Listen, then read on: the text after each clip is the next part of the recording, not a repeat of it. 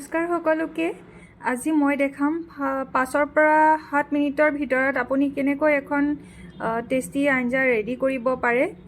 খুব সোনকালে দৌৰাদৌৰিকৈ সেইটো মই দেখাই আছোঁ কেনেকৈ বনাব পাৰি। ইয়াত মই লৈছোঁ কাজু আৰু জিৰা দিছোঁ আৰু 3টা দিছোঁ ইলাচি।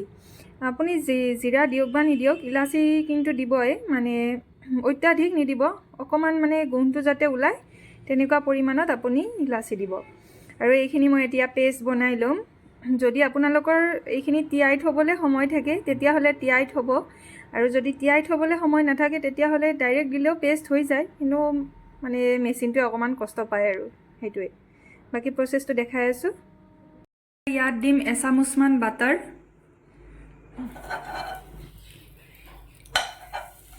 পূৰা কামোৰ খাই আছে। এইখিনি ফ্ৰিজত থোৱা আছিলে। বহুত বেছি পৰিমাণত দিব নালাগে, কাৰণ পনীৰতো ফেট থাকে, পনীৰৰ চব্জি বনাম যিহেতুকে।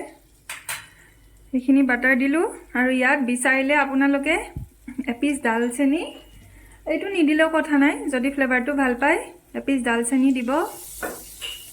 আৰু যদি ডালচেনি দিয়ে পিচটো অকণমান চেণ্টটো যাতে ওলায় তেনেকুৱাকৈ অকণমান ফ্ৰাই হ'বলৈ দিব।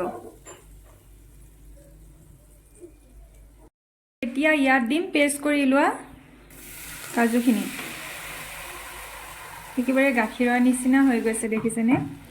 সাজটো পৰিষ্কাৰ কৰি অকণমান পানী দি দিম। ইয়াত অকণমান পানী দি ইয়াত কাটি লোৱা পনীৰৰ কিউবখিনি মই দি দিম, আৰু সোৱাদ অনুযায়ী নিমখ দি দিছোঁ। ইয়াত আপোনালোকে নিমখটো পৰিমাণটো অকণমান কমাই দিব, কাৰণ যিহেতুকে ইয়াৰ পনীৰ আৰু কাজুৰ টেষ্টটো অকণমান মিঠা থাকেতো, নিমখ মানে সোনকালে মানে বেছি হৈ যায়।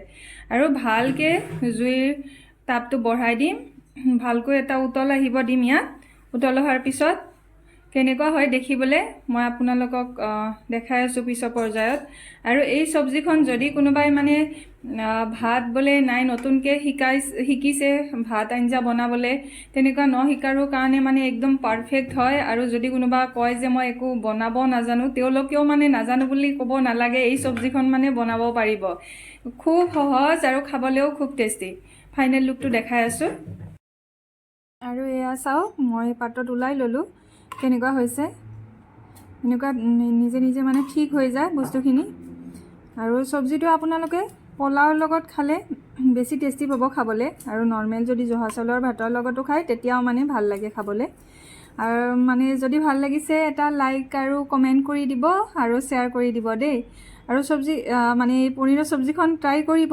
ট্ৰাই কৰিলে মোক পিছত হ'লেও কমেণ্ট কৰি জনাব কেনেকুৱা পালে। আশা কৰোঁ ভালে পাব খাই কিনে। এবাৰ হ'লেও ট্ৰাই কৰিব দেই।